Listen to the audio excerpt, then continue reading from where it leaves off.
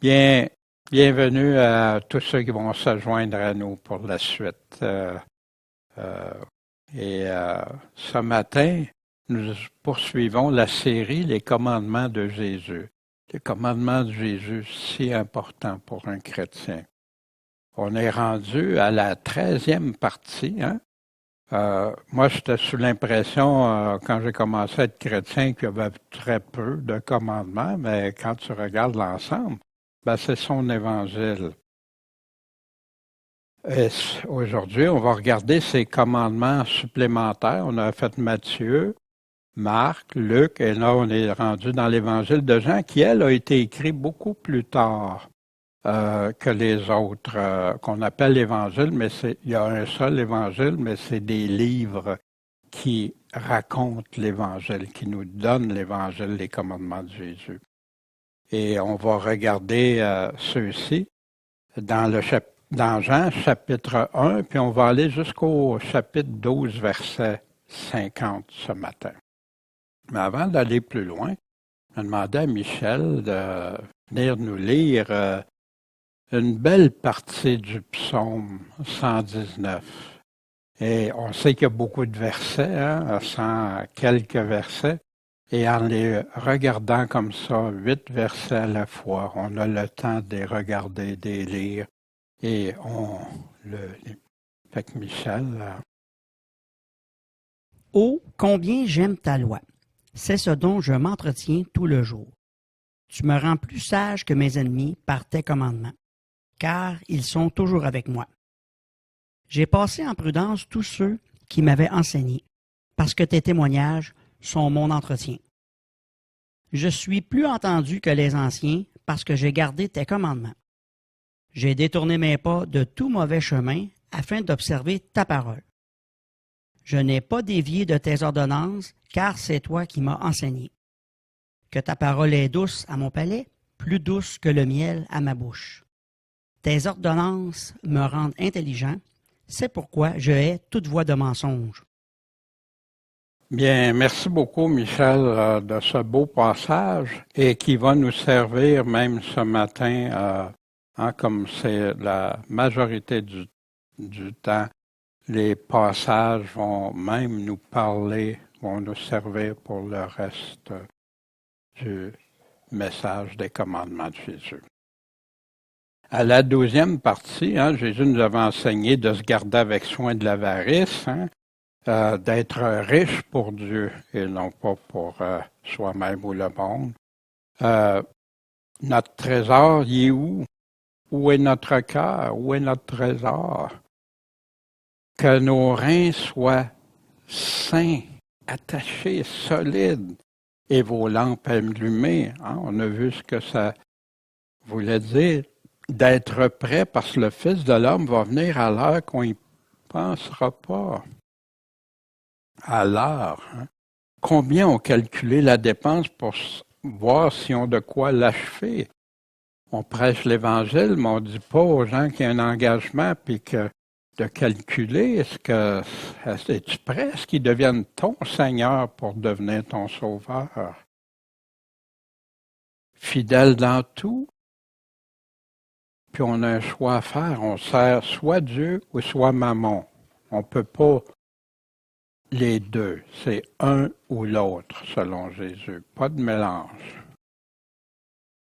Quand on aura fait tout ce qui nous est commandé, dites, nous sommes des serviteurs inutiles. Il y en a qui réagissent à ça. Moi, le premier, quand j'avais lu ça, inutile, qu'est-ce que tu veux dire par là? Non, fait que, prends-toi pas que tu as fait, glorifie-toi pas de ce que tu as fait, fais ça. Non, Dieu te demande ça, tu le fais comme des enfants obéissants aux parents. Tu le fais, c'est ça qui t'a demandé. Parce qu'on a fait que ce qu'on était obligé de faire. Aujourd'hui, c'est les obligations, il y en a beaucoup qui mettent ça, non. Mais Dieu, oui, on a des responsabilités, des obligations. En ce jour-là, quand Jésus va revenir, il y en a un va être pris, l'autre laissé. Toujours prier de temps en temps sans se relâcher. toujours sur nos gardes, veiller. Est-ce qu'on peut se croire supérieur puis mépriser les autres? Hein? On a regardé ça. As-tu adoré? Es-tu tout heureux? Hein? Après l'avoir adoré, ils sont partis tout heureux. Crains pas, petit troupeau. L'avènement dans Luc, quand on avait regardé ça, ce que Luc nous décrit, qui est très, très similaire à Marc, à Matthieu 24 et 25, à Marc 13 et à Luc, avec Luc 17 aussi. Puis bien sûr, je remets cette image-là que s'il y en a qui n'ont pas déjà vu ou pris le temps d'arrêter, mettre sur pause ou d'aller télécharger les PowerPoint, hein, les présentations, pour comprendre que c'est un tout, c'est une unité, c'est indivisible. La théologie va souvent compartimenter tout ça, mais c'est un tout, l'Évangile. Très important. La mission, l'Évangile, l'obéissance, l'amour. Et ce matin, bien, on va aborder la 13e partie. Et juste avant, Seigneur Tout-Puissant, si on fait ça, si on prend un temps, Seigneur, pour écouter, lire, comprendre ce que tu as à nous dire, Seigneur, c'est que c'est si important, si c'est ce qui est notre vie maintenant qu'on t'appartient, Seigneur. Tu es notre roi, notre Seigneur, et c'est toi qu'on veut suivre. Fait que s'il te plaît, donne-nous l'intelligence de bien comprendre, de bien saisir ce que tu nous dis au travers tes commandements, ta parole, et qu'on puisse ainsi bien les appliquer dans nos vies. Merci Jésus. Amen. Bien, pour accomplir la mission que Jésus nous a donnée, les instruire puis apprendre à garder tout ce que je vous ai commandé, donc tous ces commandements, puis qu'il est là avec nous tous les jours jusqu'à la fin de ce temps, cette époque, bien, on va examiner puis réfléchir sur les commandements supplémentaires et ou complémentaires de Jésus, puis de ses envoyés aussi. Jésus a des envoyés. Jean-Baptiste en est un, ses apôtres en sont. Puis, on va regarder dans le livre de Jean, comme déjà mentionné, des chapitres 1 à 12. Mais, on va faire quelque chose en relation avec ce que Michel nous a lu tantôt. On ne se confiera pas sur les enseignements des hommes, comme j'ai fait, en me fiant un tel a dit ça, l'autre a dit ça, tel pasteur, tel érudit, tel théologien. Mais comme David vient nous dire, j'ai passé quoi en prudence tous ceux qui m'avaient enseigné. C'est ce que j'ai fait un jour, puis j'ai découvert des choses la confusion ou contradictoire même, souvent. Parce que tes témoignages, tes paroles sont mon entretien. C'est avec ça que je me nourris, que j'entretiens ma foi. Je suis plus entendu que les anciens. David dit ça. Je connais plus que les anciens. Pourquoi? Parce qu'il a gardé quoi? Ses commandements. Alors que beaucoup d'anciens ne les gardent même pas. Ils vont l'enseigner ou ils vont les changer même. Parce que j'ai gardé tes commandements. Dieu bénit ceux qui l'écoutent, qui lui obéissent. J'ai détourné mes pas de tout mauvais chemin afin d'observer ta parole. Quand tu découvres qu'il y a quelque chose qui n'est pas vrai, à ce qu'on t'a enseigné, ce qu'on t'a dit qui n'est pas vrai, tu ne restes pas dans ça.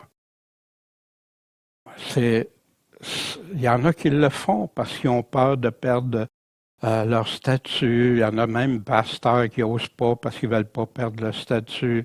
Il y en a d'autres qui disent hey, je vais me faire isoler des autres membres de l'Assemblée ou parce que, etc. J'ai pas dévié de tes ordonnances. Pourquoi? Parce que c'est toi qui m'as enseigné. La parole de Dieu se suffit à elle-même. Et oui, on a besoin d'enseignants parce que la parole de Dieu, il y a des choses que quand tu commences, tu comprends pas. Tu ne saisis pas tout l'ensemble. C'est complexe pour toi. Mais au fur et à mesure que tu fais comme David, tu écoutes ses commandements, tu es prudent, la façon qu'il le dit, comment il le dit. Tu gardes ses commandements malgré qu'on soit pas d'accord avec toi, mais toi, tu es d'accord. Tu t'enlèves de quand tu as dévié, tu reviens sur ce que Jésus t'a dit. Que ta parole est douce, plus douce que le miel à ma bouche. C'est ça la parole de Dieu. Pourquoi les gens lisent tant de livres, tant de vidéos, tant de choses, puis la parole de Dieu n'est pas suffisante? Qu'est-ce qui est le miel dans ta vie? Tes ordonnances me rendent intelligent. Tes commandements, c'est ça qui donne l'intelligence selon Dieu. C'est pourquoi je hais quoi? Haïr toute voie de mensonge. Un chrétien ne peut pas tolérer, endurer le mensonge dans sa vie, premièrement.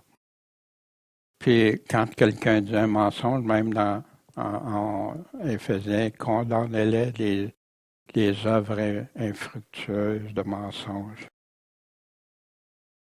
Et comme les Béréens, tout part avec la parole de Dieu. Les Béréens ont appliqué ça. Qu'est-ce qu'ils ont fait? Il y avait des sentiments plus nobles. Ils reçurent la parole avec beaucoup de promptitude. Oui, comme David, oui, je veux tes commandements. Examinant tous les jours les Écritures pour voir si ce qu'on leur disait était exact. Et c'est ce que je vous invite à faire avec tout enseignant. Puis moi, le premier, c'est Dieu qui a raison, c'est Dieu qui va avoir. Mais faisons attention qu'est-ce qu'on ajoute ou qu'est-ce qu'on enlève à ce que Dieu nous dit. Les commandements de Jésus. Dieu qui parle directement aux hommes. Au commencement était quoi? La parole. On sait qu'au commencement, la parole était avec Dieu. Donc là, il faut identifier c'est qui la parole. Et la parole était Dieu, mais elle était avec Dieu. Puis la Bible nous dit qui est la parole de Dieu. C'est Jésus-Christ qui est spécifié à plusieurs endroits, dont dans l'Apocalypse, la Révélation.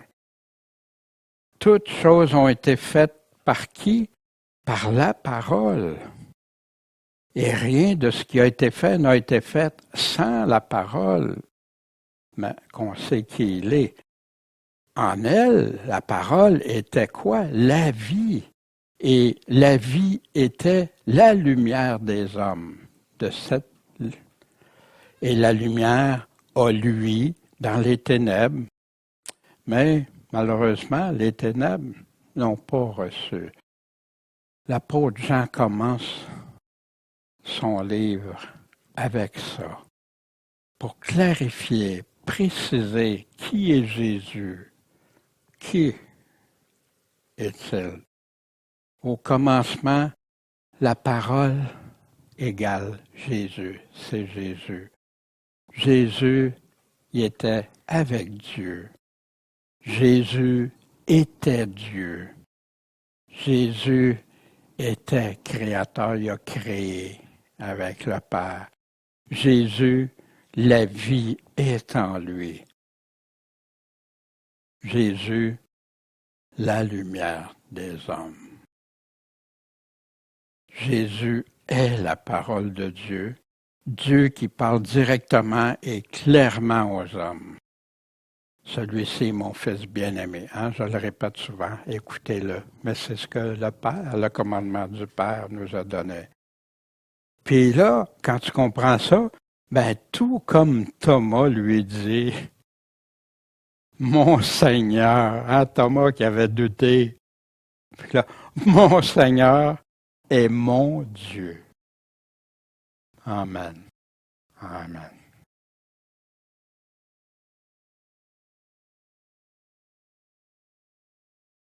Jean-Baptiste, le baptiseur, hein, concernant Jésus, il a confirmé. Hein, quand Jean a vu Jésus qui venait à lui, voici l'agneau de Dieu. Hein, cet agneau de Pâques, hein, qui a remplacé l'agneau sacrifié à la Pâques, qui fait quoi? Qui ôte le péché du monde. Puis, Jean-Baptiste clarifie une affaire bien claire. Jean-Baptiste est né avant Jésus, hein, sur la terre, mais il était avant moi. C'est que ça a référence à l'éternité avant. Nous avons tous reçu de sa plénitude et grâce sur grâce, sa faveur par-dessus faveur. Hein, il y en a qui pensent qu'il y a juste une grâce. Non, c'est la faveur de Dieu qui se manifeste. Pourquoi? Parce que la loi a été donnée par Moïse. Mais la grâce et la vérité sont venues par qui? Par Jésus-Christ. Dieu avait fixé une ancienne alliance, l'ancien par Moïse. Mais là, c'est une nouvelle alliance. Personne n'a jamais vu Dieu. Le Fils unique qui est dans le sein du Père est avec Dieu et celui qui l'a fait connaître. Les commandements de Jésus maintenant concernant la nouvelle naissance. Hein? Quand Jésus a parlé à Nicodème, en vérité, je te dis, si un homme ne naît de nouveau, il ne pourra pas voir le royaume de Dieu. Puis, si l'homme ne naît ni d'eau ni d'esprit, il ne peut pas entrer dans le royaume de Dieu. Puis là, il explique ce qui est chair, c'est la chair. Mais ce qui est l'esprit, c'est spirituel. Charnel ou spirituel. Fait que Jésus, ici, est en train d'apprendre au docteur d'Israël, tu ne sais même pas ces choses. Puis là, il dit il donne l'exemple, personne n'est monté au ciel. Si je vous ai parlé des choses terrestres, puis vous ne croyez pas, comment vous allez croire si je vous parle des choses célestes? Nicodème, wow, le docteur qui connaît, hein, wow, Jésus le confronte wow, qu'est-ce que Jésus veut dire? C'est quoi ça? Puis comme Moïse a élevé le serpent dans le désert, de même, il faut que le Fils de l'homme soit élevé. Hein? Il a été élevé à la croix, bien sûr, afin que quiconque croit en lui ne périsse pas, mais qu'il ait la vie éternelle. Puis ça, c'est un verset qui est connu à peu près universellement dans toutes les églises, mais qui est souvent, malheureusement, mal appliqué, découpé et sorti de son contexte. Hein? Jean 3,16. Mais il faut regarder tout son contexte. Car Dieu a tant aimé le monde qu'il a donné son Fils unique, afin que quiconque croit en lui ne périsse pas, mais qui ait la vie éternelle. Puis là, Dieu n'a pas envoyé son Fils dans le monde pour condamner le monde. Quand Jésus est venu la première fois, ce n'était pas de condamner le monde. Il a condamné les œuvres de ténèbres qu'ils faisaient, les pharisiens faisaient, etc. Mais il était venu pour les sauver, tous ceux qui se sont repentis de ces pharisiens-là ou tout autres. Les pécheurs ont été amenés à Jésus-Christ et sauvés. Puis, ici, mais celui qui ne croit pas est déjà condamné. Pourquoi? Parce qu'il n'a pas cru au nom du Fils unique de Dieu. Puis le mot croire est si important, on va le voir dans quelques instants. Puis la lumière est venue dans le monde. Hein? La cause qui sont condamnés, c'est que la lumière est venue dans le monde, puis que les hommes ils ont préféré les ténèbres que la lumière. Pourquoi? Parce que leurs œuvres, leurs actions étaient mauvaises. Parce que quiconque fait le mal, il ne veut pas venir à la lumière. Il haït la lumière. Puis il ne vient pas à la lumière de peur que ses œuvres soient reprises, démontrées. C'est mal ce que tu fais. Qui aime ça se faire dire qu'il a mal fait, qu'il a mal agi? Hein? Mais celui qui agit selon la vérité, lui, qu'est-ce qu'il fait? Au contraire, il vient à la lumière. Seigneur, qu'est-ce que j'ai qui ne marche pas pour toi? Qu'est-ce que tu veux que je change? Qu'est-ce que je dois changer? Me repentir, vivre selon ta justice, afin que ces œuvres soient manifestées, parce qu'elles sont faites en Dieu. Après que tu t'es repenti et que tu as corrigé ça, tu fais comment tes actions selon Dieu? Et le commandement ici de Jésus, c'est naître de nouveau. Mais ce n'est pas toujours bien compris, on va regarder ça. Puis comme le mot croire également. Cette nouvelle naissance, par contre, elle est essentielle. Jésus a dit, si tu n'as pas cette nouvelle naissance-là, oublie ça, le royaume de Dieu. Mais elle n'est jamais isolée. C'est pas la seule condition que Jésus dit pour être sauvé. Il nous le décrit dans son évangile, puis ça doit être pour porter le fruit de Dieu, qui a les œuvres manifestées en Dieu. Allons voir. Voici Paul aux Romains, enseveli avec lui par le baptême de sa mort, comme Christ est ressuscité des morts par la gloire du Père. De même, nous marchions nous aussi dans une vie nouvelle, plus comme avant, nouvelle vie. Qu'est-ce que c'est? Paul s'en sert de la nouvelle naissance pour parler aux Galates qui retournaient sous l'ancienne alliance, qui retournaient sous la loi de Moïse, que des gens essaient de les entraîner à retourner là. Mais ce n'est pas la circoncision ni les circoncisions. Il dit, Seigneur, notre Seigneur Jésus-Christ, par laquelle le monde est crucifié pour moi, par sa croix. Et moi, je suis crucifié pour le monde. Paul avait connu la nouvelle naissance, donc qu'est-ce qu'il faisait? La croix. Lui aussi, il est crucifié pour le monde, pour les choses. Puis la loi, c'est pas ça, mais la nouvelle naissance. Voici dans 2 Corinthiens, chapitre 5, encore plus précis, plus clair. Il est mort pour tous, afin que ceux qui vivent ne vivent plus pour eux-mêmes, mais pour celui qui est mort et ressuscité pour eux. Tout le signe, la signification, qu'est-ce que c'est de dire quand Jésus devient mon Seigneur dans ma vie? Je ne vis plus pour moi-même, c'est pour Dieu, pour celui qui est mort et ressuscité. C'est pourquoi dès maintenant, on ne connaît personne selon la chair, même si on a connu Christ selon la chair. Maintenant, on ne le connaît plus ainsi, on ne le connaît plus comme quand il était dans la chair sur la terre. Donc, si quelqu'un est en Christ, il est quoi? Une nouvelle créature. Il a connu cette nouvelle naissance. Les choses vieilles sont passées. Voici, toutes choses sont devenues nouvelles. Toutes les choses qui n'étaient pas selon Dieu. C'est devenu nouveau. Maintenant, c'est Dieu. Or, toutes choses viennent de Dieu qui nous a réconciliés avec lui par Jésus-Christ et qui nous a confié le message de la réconciliation. Paul disait aux Corinthiens ici, c'est quoi vivre maintenant? Les choses du passé, c'est plus ça. Maintenant, c'est vivre dans notre nouvelle naissance pour Christ. C'est aux Corinthiens, nettoyez donc le vieux levain afin que vous deveniez une nouvelle pâte, comme vous êtes sans levain, car Christ, notre Pâque, a été immolé pour nous. Fait que la nouvelle naissance inclut inclut Jésus, inclut être avec lui, inclut vivre pour lui, inclut ne plus être sous la loi, mais être libre de la loi, être sous la loi de Christ maintenant. Le commandement de Jésus, qui est toujours naître de nouveau. Qui écoute Jésus? Celui qui est venu du Père.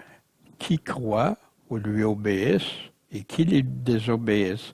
Voici que Jésus va nous répondre aussi à ça. Celui qui vient d'en haut est au-dessus de tous. Celui qui vient de la terre est de la terre et parle de la terre. Celui qui est venu du ciel est au-dessus de tous. Il rend témoignage de ce qu'il a vu et entendu. Mais personne ne reçoit son témoignage, comme on a vu dans le chapitre 1 tantôt. Celui qui a reçu son témoignage a scellé que Dieu est vrai. Parce que celui que Dieu a envoyé dit les paroles de Dieu. C'est qui? C'est Jésus-Christ. Parce que Dieu ne lui donne pas l'Esprit par mesure. Le Père aime le Fils et a mis toutes choses en sa main. Celui qui croit au Fils a la vie éternelle. Puis c'est intéressant parce que, justement, quand on parlait de grec ce matin, quand tu vas regarder dans le grec, mais celui qui désobéit au Fils ne verra pas la vie, mais la colère de Dieu demeure sur lui. Il y a des versions de Bible qui vont dire celui qui ne croit pas au Fils. Mais le terme ici, croire, le mot croire est un verbe continu. Et ce que ça veut dire, croire, c'est obéir, écouter. Ici, mais si tu désobéis, tu ne crois pas, tu désobéis, la colère, tu n'auras pas la vie éternelle, puis la colère de Dieu demeure sur toi. Désobéir, le mot grec qui est utilisé, le numéro 544 de Strong, ne pas croire, incrédule, rebelle, désobéir, ne pas obéir, ne pas vouloir être persuadé, refuser de croire, refuser d'obéir, être rebelle, qui vient du mot suivant, 545, rebelle, désobéissant, résister, ne peut être persuadé, non accommodant, désobéissant, rebelle, insoumis. Qu'est-ce que ça veut dire? Croire? Compare croire à ça. Ils font profession de connaître Dieu, mais ils le renient par leurs œuvres, étant abominables, rebelles et incapables d'aucune bonne œuvre. Le commandement de Jésus, c'est croire, obéir, le suivre. Ceux qui lui obéissent, à ceux-là, quiconque boit de cette eau, on se souvient de la Samaritaine, aura encore soif. Mais celui qui va boire de l'eau que je lui donnerai n'aura plus jamais soif. Mais l'eau que je lui donnerai deviendra en lui une source d'eau qui jaillira pour la vie éternelle. Cette eau. Mais l'important, c'est que cette eau-là, elle vienne de qui? De Jésus. Jésus seul qui donne l'eau. Puis souvent qui est comparé avec l'Esprit Saint de vivre. Les fleuves d'eau vive vont couler. Jésus aussi continue, mais l'heure vient. Mais elle est déjà là. Que les vrais adorateurs vont adorer le Père comment? En esprit et en vérité. Car le Père demande de tels adorateurs. Il ne demande pas n'importe quelle sorte d'adorateur. Il faut que ce soit en esprit, dans son esprit, puis dans sa vérité, la vérité. Il y en a plein qui adorent, mais est-ce qu'ils répondent à ces critères-là que le Père demande?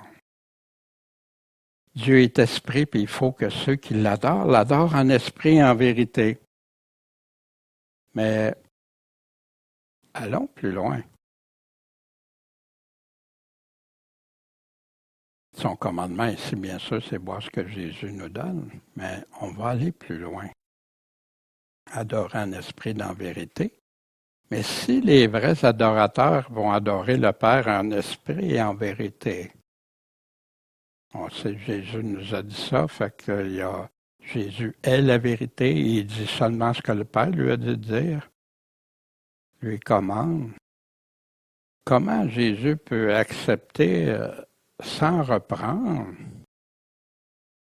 Matthieu 28 qu'on a déjà vu, quand les femmes s'approchèrent de lui après sa résurrection, lui embrassèrent les pieds et l'adorèrent. Puis après ça, les disciples, et quand ils le virent, ils l'adorèrent, mais il y en a eu qui ont douté parmi les disciples. Si Jésus vient et la vérité, pourquoi il ne reprend pas si c'est pas vrai, si c'est pas correct de l'adorer? Il se fait Dieu en faisant ça. Et voyez-vous, il y a plusieurs sectes qui rejettent ça.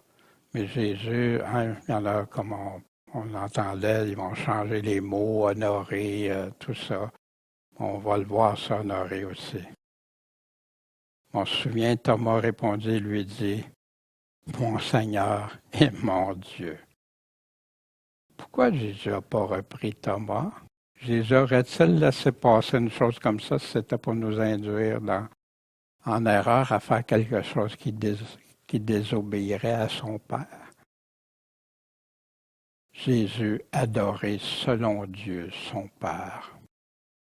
Ouais, il est digne d'adoration, de louange et de tout.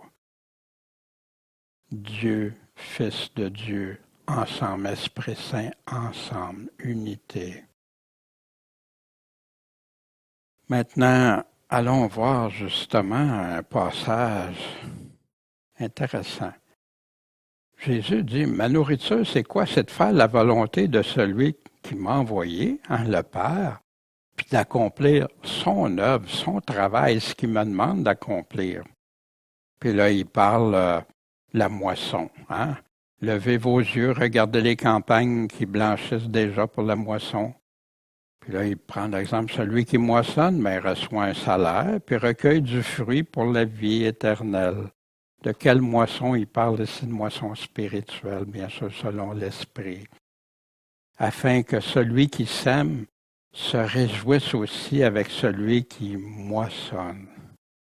Partager l'Évangile, on va en parler aux Corinthiens aussi, semer, arroser, l'autre récolte. C'est ensemble, c'est tous pour l'œuvre du Seigneur. Puis un n'est pas plus important que l'autre, c'est ensemble, c'est de faire les choses pour Dieu. En ceci, cette parole est vraie. Autre est le semeur, autre le moissonneur. Je vous ai envoyé moissonner où vous n'avez pas travaillé. D'autres ont travaillé, puis vous êtes entrés dans leur travail. Vous êtes en train d'accomplir le travail de Dieu, ce que Dieu a demandé. Allez, instruisez toutes les nations, puis semez. Le commandement de Jésus, mais semer, moissonner pour Dieu, pour recueillir du fruit, pour la vie éternelle. Le Seigneur nous engage à annoncer son évangile. Ceux qui vont entendre la voix de celui qui est égal à Dieu. Intéressant. Mais Jésus dit,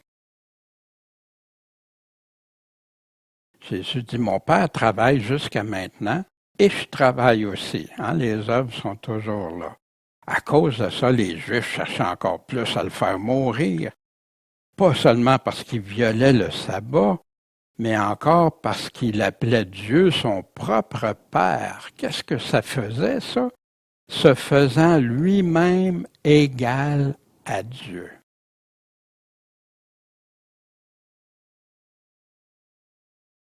Fait que Jésus a-tu nié ça, qui était l'égal à Dieu? Il leur dit, en vérité, je vous dis que le Fils ne peut rien faire de lui-même, à moins qu'il ne voie faire au Père. Parce que tout ce que le Père fait, le Fils le fait aussi, de la même façon, pareillement. Parce que le Père aime le Fils et lui montre tout ce qu'il fait. Il va lui montrer des œuvres encore plus grandes que celles-ci, afin que vous soyez dans l'admiration. La dépendance du Fils envers le Père. Car comme le Père ressuscite les morts et donne la vie, et voilà où il est égal à Dieu, de même aussi le Fils donne la vie à qui il veut. Quelle puissance! Qui peut donner la vie à part Dieu? Le Père juge personne, mais il a donné au Fils tout le jugement. Fait qu'il y en a qui disent, le Fils n'est pas venu pour juger. Non, le Fils, la première fois, n'est pas venu pour juger, mais il est venu pour sauver. Mais à son retour, il va revenir pour juger. Afin que tous honorent le Fils comme ils honorent le Père. Y a-t-il une égalité ici? Ben oui.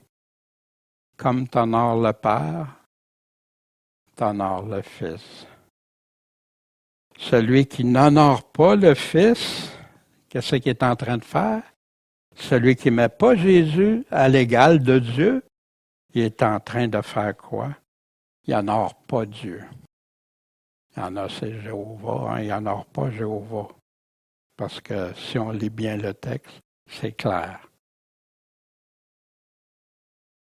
Le commandement de Jésus, c'est honorer le Fils comme on honore le Père égal. Ceux qui vont entendre la voix, bien, Jésus continue, que celui qui écoute ma parole et qui croit en celui qui m'a envoyé, Dieu le Père, a la vie éternelle. Et ne vient pas en jugement, mais il est passé de la mort à la vie.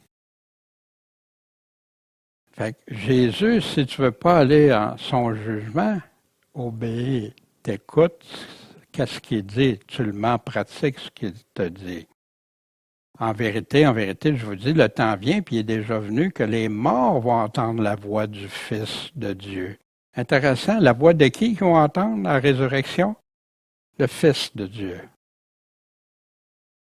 Et que ceux qui l'auront entendu vivront.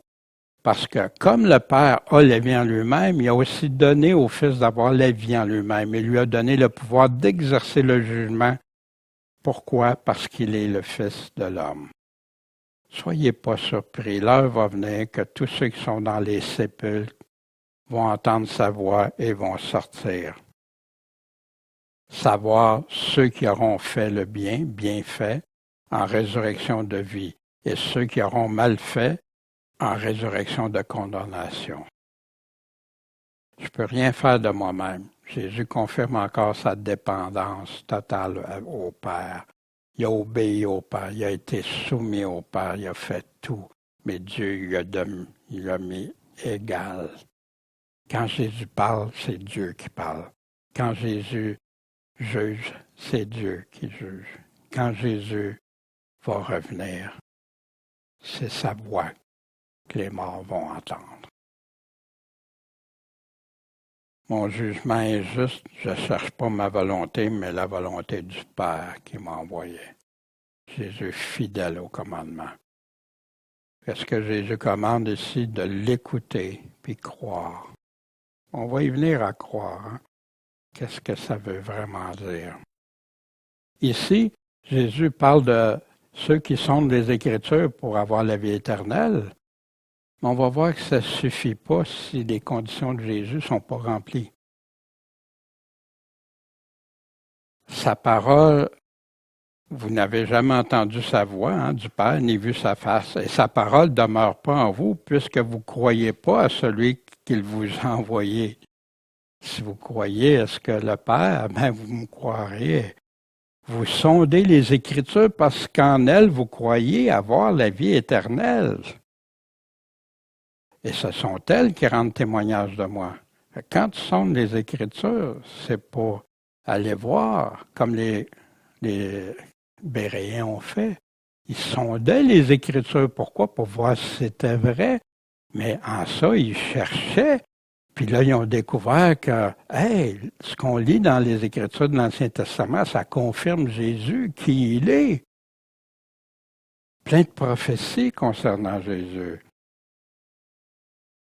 Mais vous ne voulez pas venir à moi pour avoir la vie. Je ne reçois pas ma gloire de la part des hommes, mais je sais que vous n'avez pas en vous-même l'amour de Dieu. Je suis venu au nom de mon Père, puis vous ne me recevez pas. Si un autre vient en son propre nom, lui, vous le recevez. Quelqu'un va venir te parler de Dieu, et il va parler au nom de Dieu, mais c'est pas ce que Dieu a dit, ce que Jésus a enseigné. Comment pouvez-vous croire quand vous tirez votre gloire les uns des autres? Puis ça m'avait frappé un moment donné, parce que quand tu étudies en théologie ou le collège biblique et tout ça, on revient, un tel a dit ça, l'autre a dit ça, hey, lui, il est grand. Non, il y a des bons exemples, des hommes de Dieu fidèles. Amen. Mais que les paroles de ces hommes-là sont plus importantes même, ont plus d'importance. Les gens sont plus friands de ça qu'écouter ce que Jésus même dit, le roi des rois, le Seigneur des seigneurs, celui qui est égal à Dieu.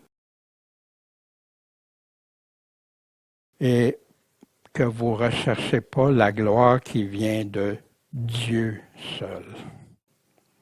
C'est de Dieu. Le commandement de Jésus, allez à Jésus, puis chercher la gloire provenant de Dieu seulement, pas des hommes.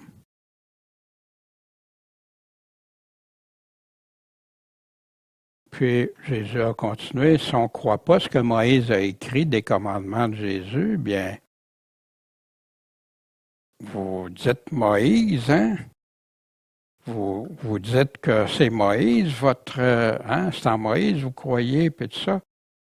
Bien, Moïse, c'est lui qui va vous accuser, ce Moïse que vous dites. Parce que si vous croiriez vraiment à Moïse, vous me croiriez aussi. Pourquoi? Parce que c'est de moi qui a écrit. Mais si vous ne croyez pas ces écrits, comment vous allez croire mes paroles?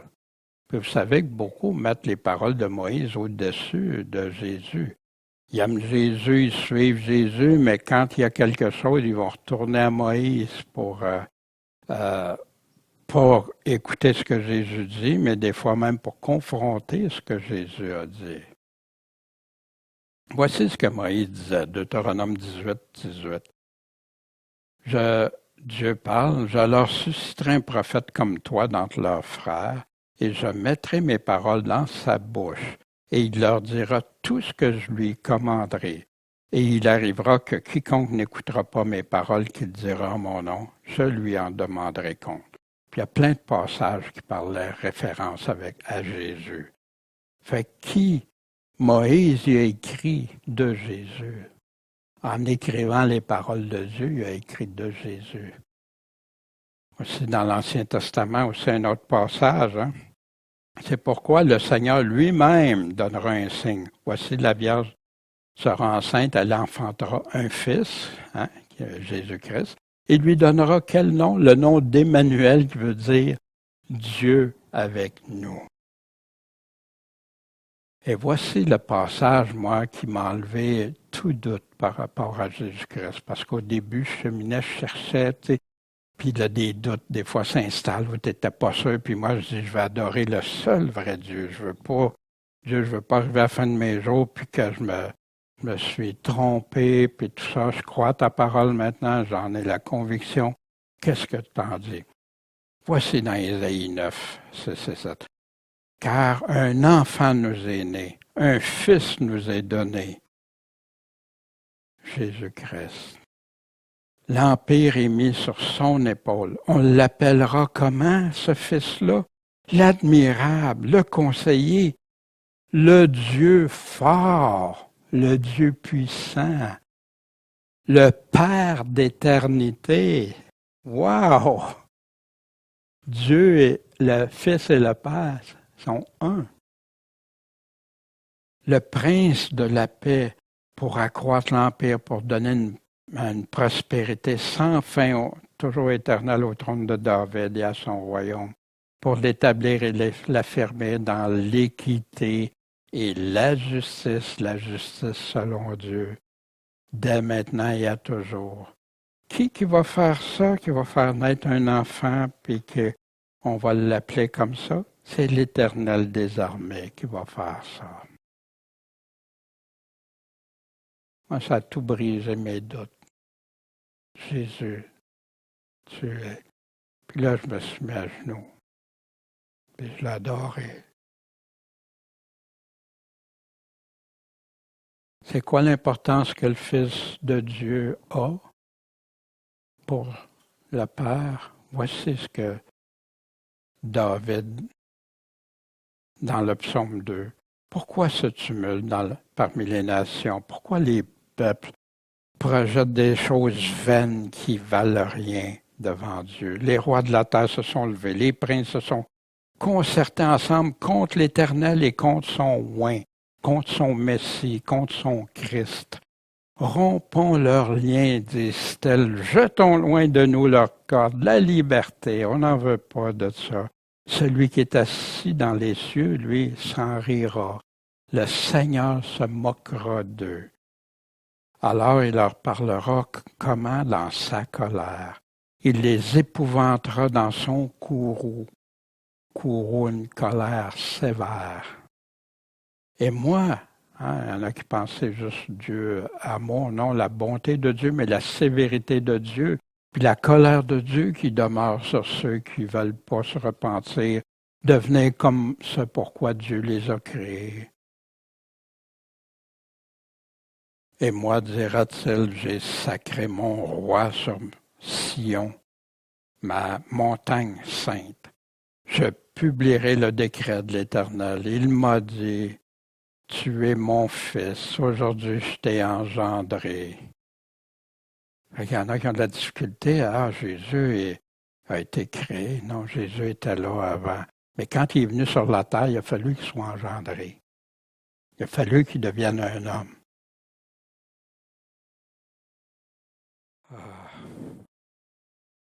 Demande-moi et je te donnerai les nations pour héritage, pour possession, les bouts de la terre, le royaume du Seigneur va être établi sur terre. Tu vas les briser avec un cep de fer. Tu les mettras en pièces comme un vase de potier, exactement comme dans le livre de l'Apocalypse, la Révélation. On a. Donc, maintenant, au roi, Dieu ne veut pas décréter sa colère contre eux. Ils ont une responsabilité. Donc, au roi, ayez de l'intelligence, recevez instruction, écoutez ce que je dis. Juge de la terre, servez l'Éternel avec crainte et réjouissez-vous avec tremblement. Rendez hommage au Fils, de peur qu'il ne s'irrite et que vous périssiez dans votre voie quand sa colère va s'enflammer tout à coup. Heureux qui? Tous ceux qui se confient en lui, de qui il parlait du Fils ici.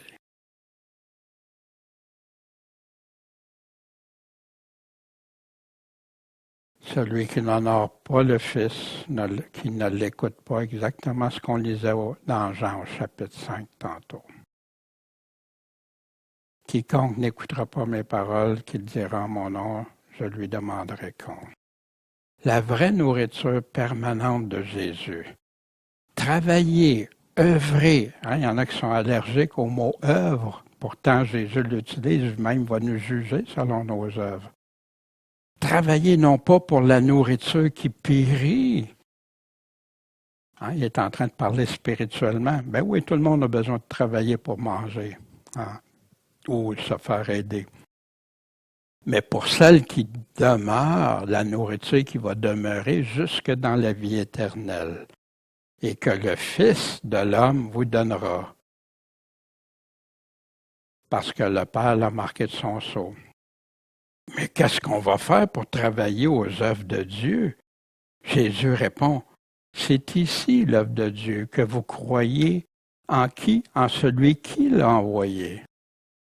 On va voir le mot croire. J'ai hâte d'arriver à ça. Parce que fait qu'ici, Jésus son commandement, ben, de travailler aux œuvres de Dieu en croyant en Jésus-Christ, mais en se nourrissant de ce que lui, la nourriture que lui va nous donner, pas de ce que n'importe qui nous donne.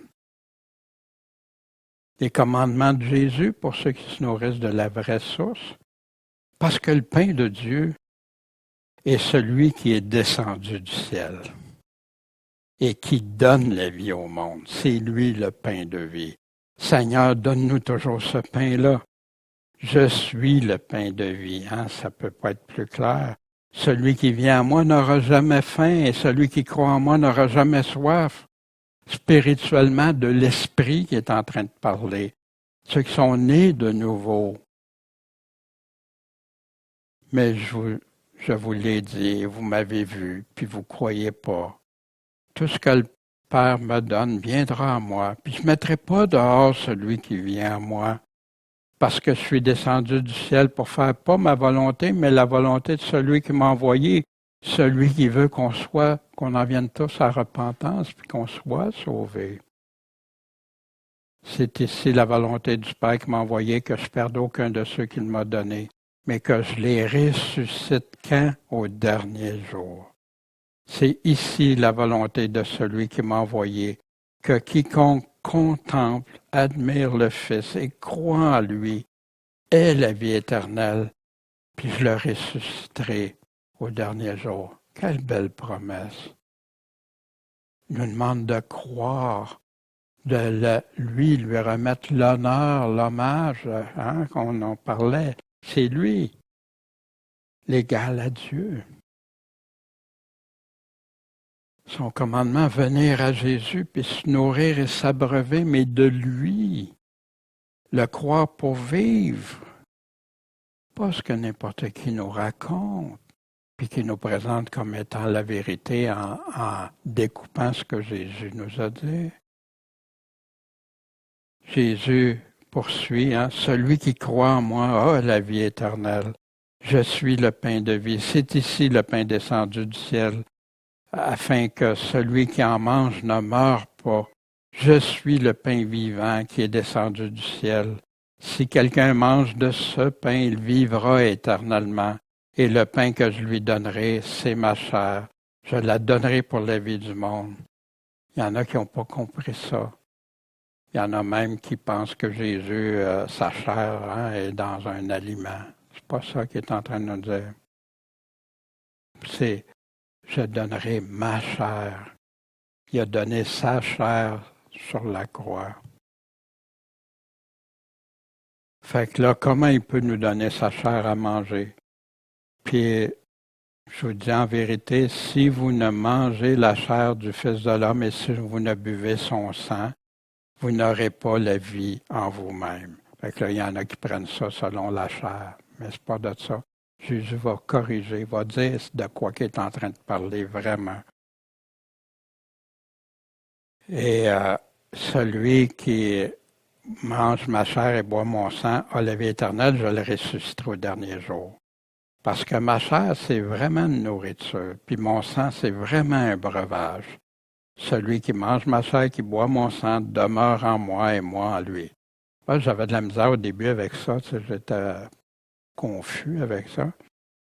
Puis là, il continue, comme le Père est vivant, m'a envoyé, et que je vis par le Père, ainsi celui qui me mange vivra par moi. C'est ici le pain descendu du ciel. C'est pas comme vos pères qui ont mangé la manne. Ils sont morts. Celui qui va manger de ce pain va vivre éternellement. Puis, si on arrête là, on peut rester dans confusion. Hein, se nourrir de lui pour la vie, mais mon corps, mon sang. Mais ici, il va nous le dire. Qu'est-ce qu'on doit faire? Les paroles que Jésus nous dit sont esprit et vie. Il ne parlait pas physiquement, il parlait spirituellement. Jésus qui enseignait ces choses-là, Il y a plusieurs de ses disciples qui ont entendu ces paroles-là. Mais cette parole-là est dure. Qui peut écouter ça? Manger sa chair, boire son sang? Mais Jésus, qui savait en lui-même que ses disciples murmuraient, leur dit, « Ça vous scandalise-t-il? C'est une occasion de chute pour vous autres?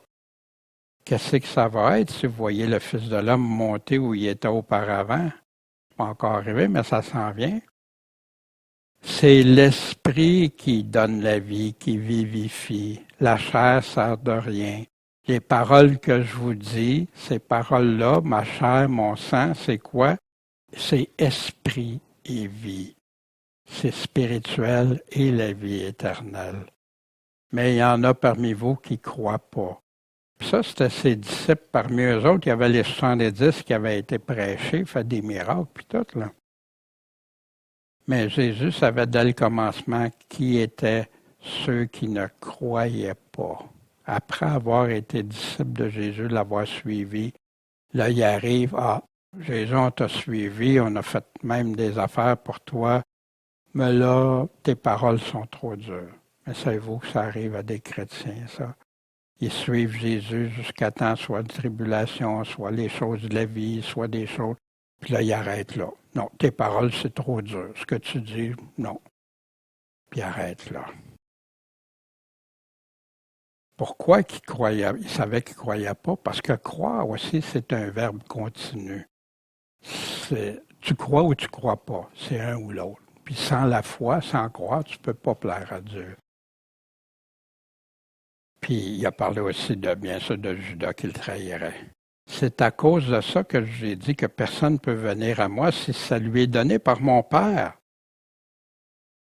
Fait que le Père, lui, pourquoi qu'on peut aller à Jésus? C'est parce que le Père va attirer. Le Père va attirer qui?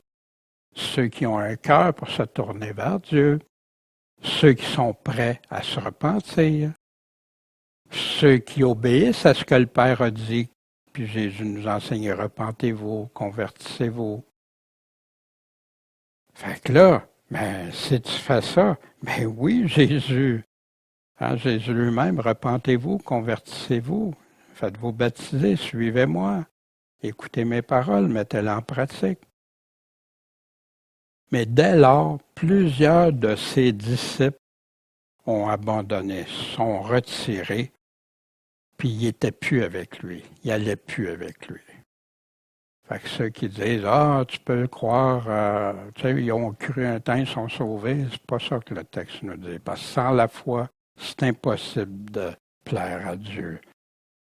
Donc, Jésus dit aux 12, « Ben vous autres aussi, vous ne voulez pas vous en aller? » Puis là, cette belle phrase, cette phrase si importante, « Seigneur, à qui on irait? C'est toi qui as les paroles de la vie éternelle. Et on a cru et on a connu que c'est toi le Christ, le Messie, le Oint, le Fils du Dieu vivant. » Amen.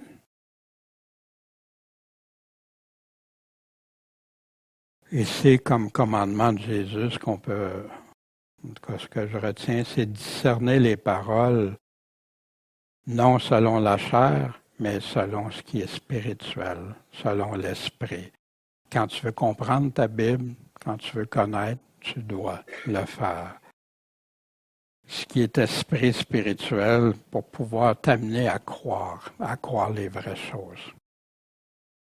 Et voici la signification si essentielle, ce que j'avais hâte qu'on arrive. Croire en Jésus. Dans sa signification, est-ce que pour croire en lui, on peut désobéir, le négliger, ou l'écouter et le suivre? Est-ce qu'on peut le renier ou le confesser? Est-ce qu'on peut choisir sa propre voie ou le chemin étroit du Seigneur? Ça, c'est croire. Qu'est-ce que ça veut dire, croire? Vivre en continuant de pécher ou se repentir et marcher dans la sanctification? Croire aux mensonges et aux fables ou à la vérité seule, la seule nourriture que Jésus nous donne? Suivre les enseignements des hommes ou ce que Jésus lui-même a enseigné, lui et ses apôtres?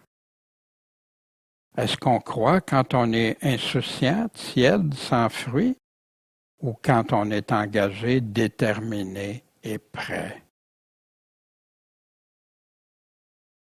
Il y en a qui vont répondre que c'est les deux pour eux. C'est ce qu'on entend dans la majorité des prédications modernes.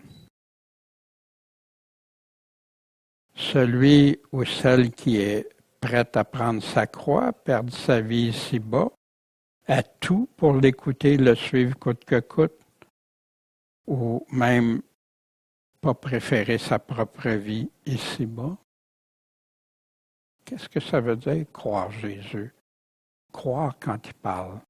Celui-ci est mon fils bien-aimé, écoutez-le. Qui Jésus va reconnaître comme son ou sa disciple, puis va lui accorder toutes ses promesses qu'il a faites, mais à ses disciples. À qui Jésus va dire, bon et fidèle serviteur, entre dans la joie de ton maître, où la porte est ouverte, vierge sage, où t'as fait fructifier ce que je t'ai remis, etc. Qui peut affirmer croire Jésus, croire en Jésus, quand il fait, il renie, il désobéit, il marche sa vie à sa façon, il préfère sa vie ici que sa vie éternelle. Mais je crois que pour moi, ça c'est une des pires choses que l'Évangile moderne a apporté, c'est de limiter le mot croire à une pensée, un sentiment dans le cœur, alors que Jésus, quand il nous parle de croire en lui, c'est croire tout ce qu'il nous dit. Si j'enlève quelque chose de ce que Jésus dit, je peux-tu dire que je crois en lui? Ou si je crois en partie, tant que ses paroles ne sont pas trop dures. Pour ma part, bien, je trouve ça si triste. Puis pour moi, ça clarifie beaucoup de choses. Parce qu'avant, tu dis juste de croire, j'ai la vie éternelle. Puis là, tu dis, il faut que je fasse ça pour avoir la vie éternelle, il faut que je fasse ça pour entrer dans le royaume, il faut que je fasse ça. Mais c'est tout inclus, c'est ensemble l'Évangile. Mais quand on la divise, on sépare ça, puis on le fait penser que tu crois, qu'est-ce que je t'ai dit? OK, là, tu crois que Jésus est mort et ressuscité? OK. Ben ça, c'est suffisant pour ton salut. Ben Jésus, croire en lui, il définit tout au long de son évangile, c'est quoi vraiment croire en lui? Quel piège, quel danger? Qui est gagnant dans ça? Des chrétiens qui peuvent être tièdes, c'est pas grave, t'es sauvé. Des chrétiens qui retournent dans le monde, c'est pas grave, t'es sauvé. Des chrétiens qui pardonnent pas aux autres, pas grave, Dieu t'a pardonné pareil, même si Jésus dit le contraire.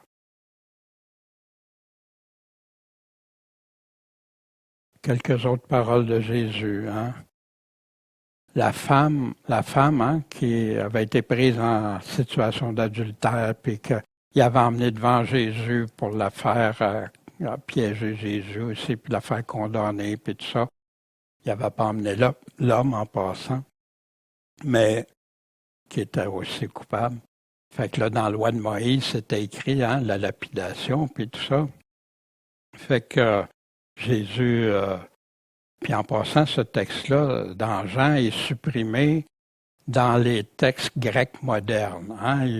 Comme si ça n'existait pas, mais il y a des versions de Bible qui le mettent pareil parce que le monde aurait trop réagi, là. C'est un si beau passage qui montre comment Jésus peut pardonner, comment Jésus n'était pas là pour condamner, mais pour sauver ceux qui voulaient. Voici. Celui qui est sans péché jette le premier la pierre. Personne ne voulait le faire. C'était tous il y en a qui étaient des anciens dans ça, puis là, il a dit, Non, moi j'ai péché, je ne peux pas y lancer la première pierre. Qu'est-ce que Jésus est en train de faire? Tu te sens meilleur qu'elle? Tu te sens meilleur? Hein? Toi, tu es blanc comme neige. Mais le Seigneur dit, personne n'en l'a fait. Je ne te condamne pas non plus. Va, mais ne pêche plus. Recommence pas. Ça fait partie de la repentance. Son commandement de Jésus, ne plus pécher. Un autre passage, quand Jésus disait je m'en vais et vous me chercherez, puis vous mourrez dans vos péchés, vous ne pouvez pas aller où je m'en vais. Il leur dit, vous autres, vous êtes d'en bas, moi je suis d'en haut. Vous êtes de ce monde, moi je ne suis pas de ce monde. C'est pourquoi je vous ai dit que vous mourrez dans vos péchés. Parce que si vous ne croyez pas ce que je suis, le Fils de Dieu, celui qui a le pouvoir de pardonner les péchés, celui qui a le pouvoir d'envoyer la résurrection de vie ou de condamnation, vous mourrez dans vos péchés. Commandement de Jésus de persévérer, garder, demeurer, pratiquer ses paroles, de croire qui il est, d'où il vient. Puis, si quelqu'un garde ma parole, il ne verra jamais la mort. Qu'est-ce que ça signifie? Persévérer, rester, demeurer dans ses paroles. C'est là qu'on peut avoir la vie éternelle. Jésus, à ceux qui croient en lui, puis des conditions pour être vraiment ses disciples. Il y en a qui croient qu'ils peuvent être sauvés sans être disciples, mais tu ne trouveras pas ça nulle part, même dans les Actes des Apôtres. C'est les disciples, ceux qui étaient sauvés étaient appelés des disciples. Il n'y a pas de quelqu'un qui se disait sauvé sans être disciple. Celui qui m'a envoyé est avec moi. Le Père ne m'a pas laissé seul. Pourquoi? Parce que je fais toujours ce qui lui est agréable. Merci Jésus. Comme Jésus disait ces choses, plusieurs ont cru en lui. Fait la foi. Jésus dit donc aux Juifs qui avaient cru en lui, croire. Fait que si on peut limiter juste croire, isoler croire du reste, on va voir que Jésus répond, si la condition, si vous demeurez dans ma parole, vous restez dans ma parole, vous n'allez pas ailleurs, vous mettez en pratique ce que je vous dis, vous êtes vraiment mes disciples.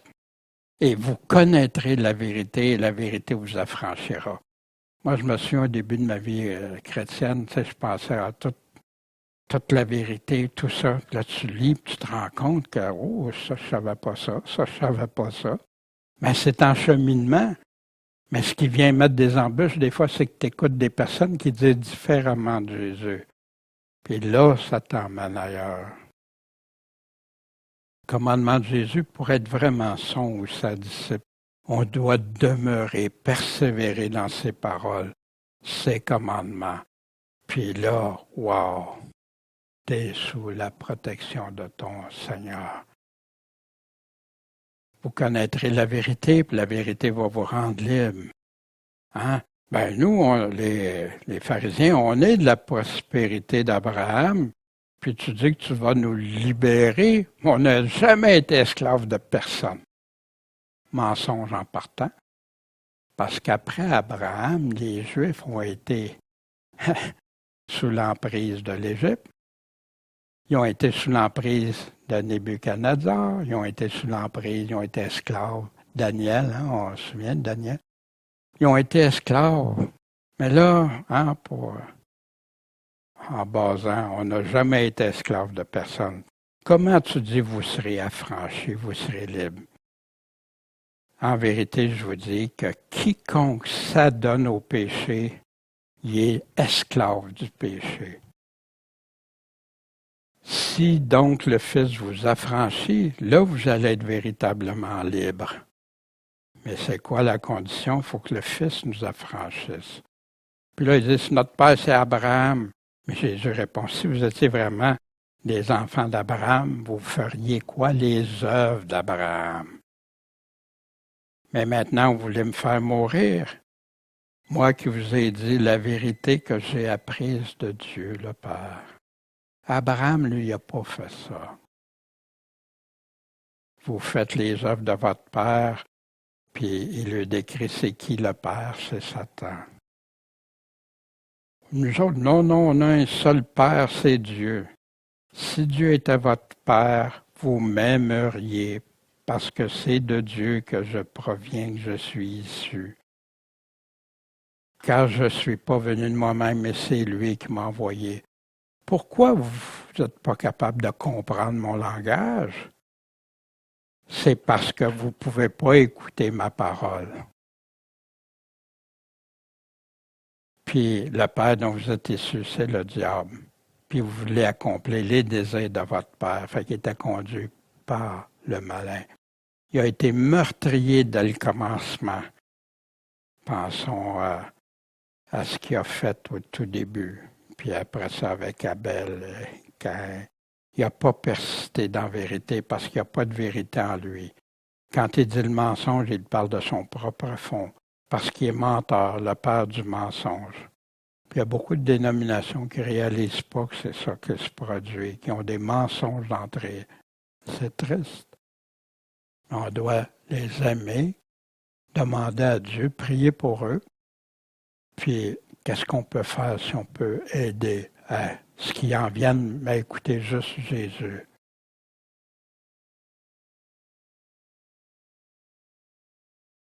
Vous ne me croyez pas. Si je dis la vérité, pourquoi vous ne me croyez pas? Celui qui est de Dieu, qu'est-ce qu'il fait? Il écoute les paroles des hommes, de la théologie, des dénominations, les paroles de Dieu. C'est pourquoi vous ne les écoutez pas. Pourquoi? Parce que vous n'êtes pas de Dieu. Le commandement de Jésus nous laisse, c'est pour être vraiment libre du péché, on doit écouter et comprendre Dieu pour en arriver à être affranchi par le Fils. Mais il y a juste une façon, c'est en demeurant dans la vérité. Voici, mes brebis entendent ma voix, je les connais, elles me suivent. Je suis le bon berger, il est en train de parler des faux bergers. Je connais mes brebis, je suis connu d'elles, à deux sens. Comme mon Père me connaît et que je connais mon Père. Hein? Je donne ma vie pour mes brebis. Puis j'ai d'autres brebis qui ne sont pas de cette bergerie. Hein? Il est en train de parler aux Juifs, les non-Juifs, les gentils, nous. Il faut que je les amène. Elles vont entendre ma voix, puis il va y avoir un seul troupeau, un seul berger. C'est pourquoi mon Père m'aime. C'est que je donne ma vie pour la reprendre. Personne ne me l'ôte, mais je la donne de moi-même. J'ai le pouvoir de l'acquitter, ma vie, et le pouvoir de reprendre ma vie. J'ai reçu cet ordre de mon Père, mais vous ne croyez pas parce que vous n'êtes pas mes brebis, comme je vous l'ai dit. Mes brebis, qu'est-ce qu'elles font? Elles entendent ma voix, écoutent ma parole, je les connais, puis elles me suivent. Bien important, Jésus les connaît. Parce qu'il y en a qui connaissent Jésus, mais Jésus ne les connaît pas. Fait qu'elles le suivent. Je leur donne la vie éternelle, elles ne périront jamais, puis nul les ravira de ma main. Mon Père qui me les a donnés est plus grand que tous. Puis personne ne peut les ravir de la main de mon Père. Puis là, il rajoute, mais moi et le Père, nous sommes un. Fait que ça soit de lui ou du Père, c'est la même chose. Fait qu'il y en a beaucoup qui veulent, personne ne nous ravira de la main, en dissociant ça de ceux qui écoutent ce que Jésus dit, qui mettent en pratique, que Jésus les connaît, les reconnaît, puis qu'elles le suivent. Elles sont ses disciples avec ses critères. Le commandement de Jésus ici, écoutez Jésus seul. C'est lui le berger. Le suivre, lui, pour le connaître et être connu de lui. Puis là, tu as l'assurance éternelle. Amen. Celui qui croira en moi vivra quand même, il sera mort. Et quiconque vit et croit en moi mourra jamais. crois-tu cela qui dit à la sœur de Lazare? Oui, Seigneur, je crois que tu es le Christ, le Fils de Dieu qui venait venir dans le monde. Je sais que c'est toi qui as le pouvoir de ressusciter. Je sais qui tu es. Je te connais, Seigneur. C'est ici la foi. Beaucoup disent avoir la foi, mais ils ont tellement peur de mourir ou que leur arrive quelque chose. Ils se concentrent plus sur leur vie ici que la vie éternelle. Ça ne veut pas dire de prendre des risques puis d'être insouciant avec notre vie, la vie précieuse que Dieu nous donne. Mais ça veut dire, par contre, que si tu as plus peur de mourir puis que tu ne veux absolument pas mourir pour rencontrer ton Seigneur, qu'est-ce qui se passe? Tu préfères ici ou avec le Seigneur? Puis je ne dis pas qu'on est là pour ça. Non, on a accompli ce qu'on a accompli le temps que Dieu nous accorde. Amen, merci. Mais c'est quoi croire Jésus? Ça fait partie de croire Jésus ici. La vraie foi en Jésus. Même mourir. Voici Jésus au chapitre 12. Mais s'il meurt, le grain de blé, s'il meurt, il porte beaucoup de fruits. Celui qui aime sa vie va la perdre.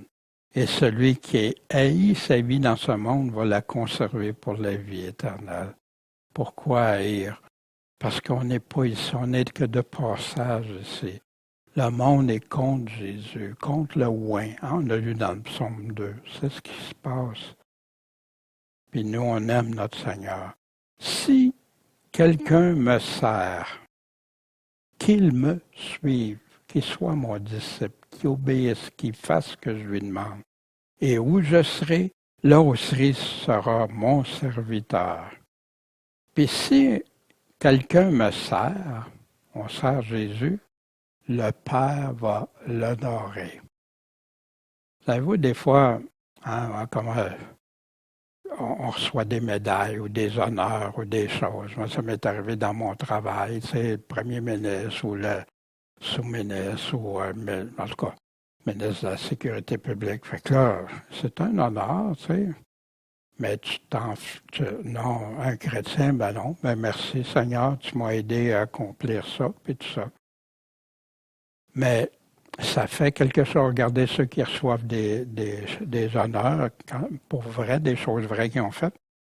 Puis, c'est solennel.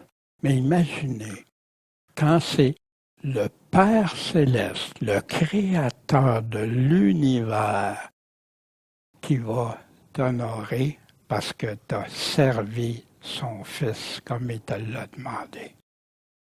Wow!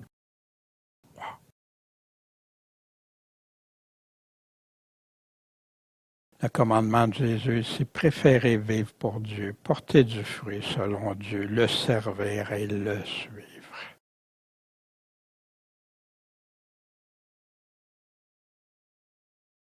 Plusieurs des principaux même, des chefs religieux ont cru en lui, mais ils ne confessaient pas, ils n'avouaient pas. Pourquoi? À cause des pharisiens, de peur d'être chassés de la synagogue. Vous savez, aujourd'hui, il y a des chrétiens qui ont peur d'être chassés de l'Église parce que, non, Jésus a dit ça, Jésus, c'est lui. Non, tu es légaliste. Ben, Jésus, il dit de faire ça, puis toi, tu m'enseignes de ne pas faire ça. Ou de pas faire. Jésus dit, faites pas ça, puis toi, tu me dis que je peux le faire. Ben, si je dis ça, je vais me faire isoler ou peut-être me faire rejeter des autres. Car, pourquoi? Il disait pourquoi? Parce qu'ils aimaient plus la gloire qui vient des hommes.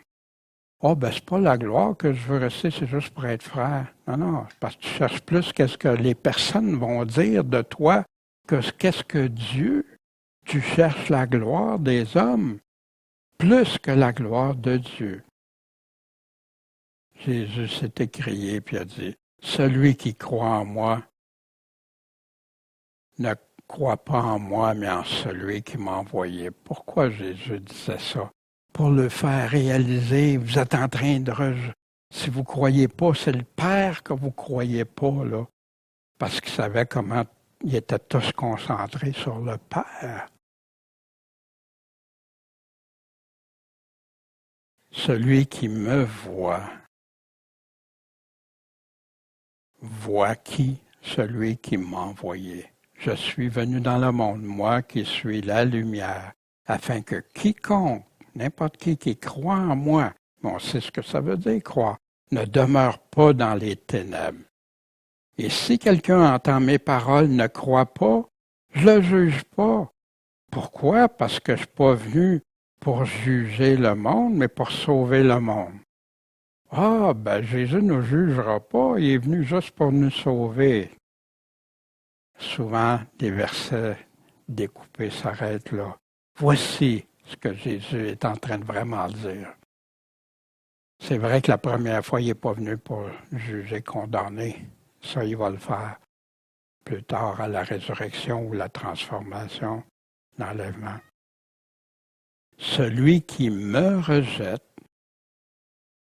puis comment on peut le rejeter en ne recevant pas ses paroles, ses commandements, a son juge. La parole que j'ai annoncée, mon évangile, mes commandements, c'est elle qui va le juger au dernier jour. Fait que quand on va passer devant Jésus-Christ, c'est ses paroles. C'est à ça, c'est ça qui va nous juger. Daniel, as-tu obéi quand Jésus avait dit ça? Quand ces paroles bien noires sur blanc sont écrites. C'est ça ou c'est ta volonté ou celle des autres?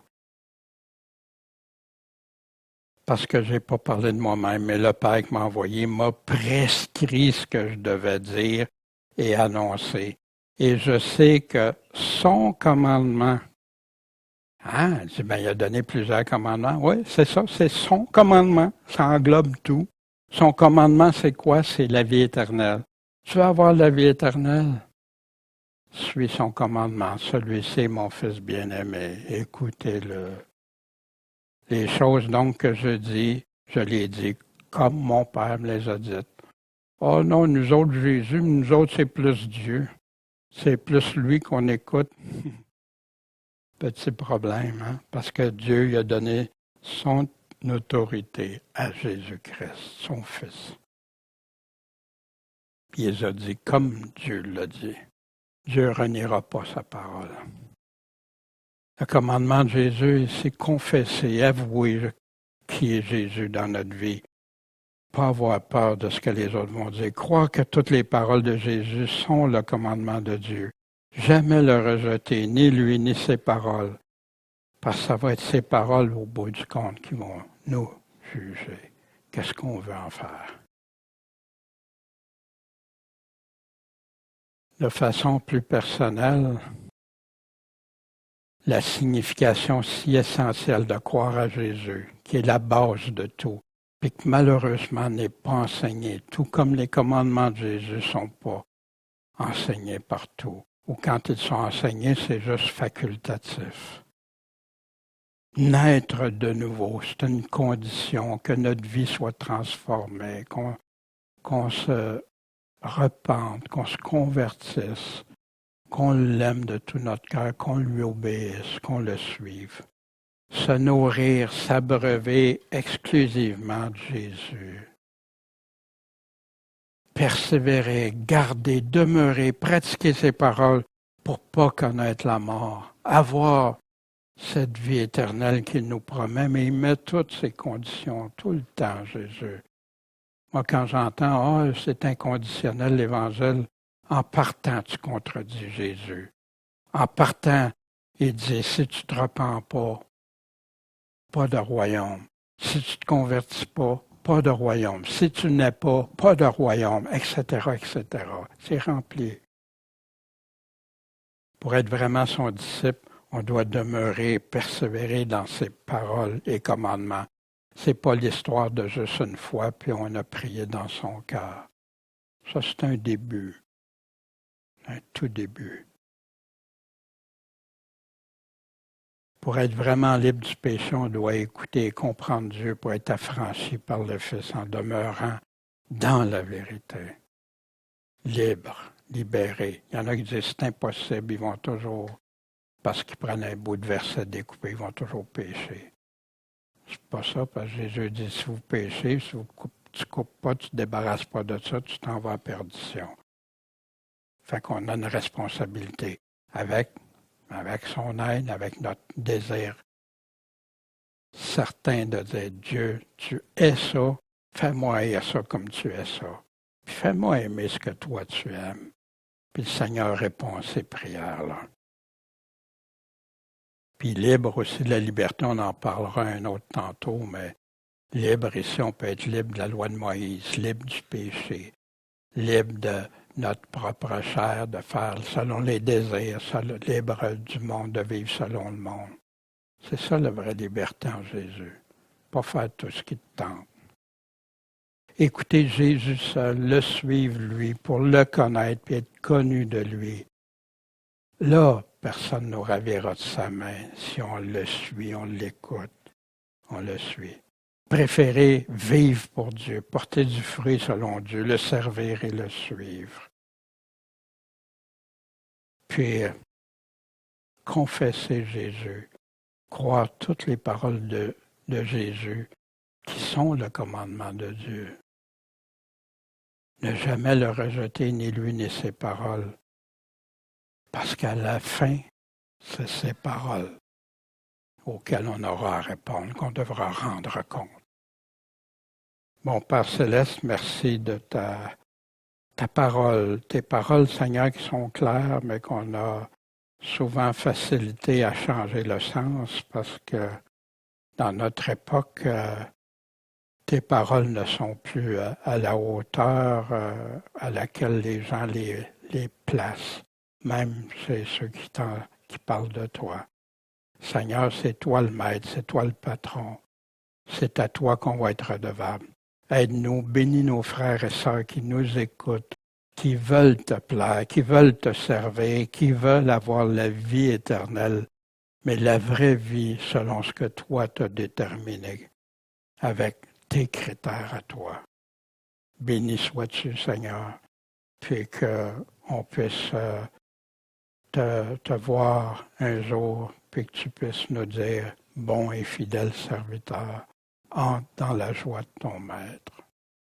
Merci, Seigneur Jésus-Christ, le Maître, le Sauveur. Amen.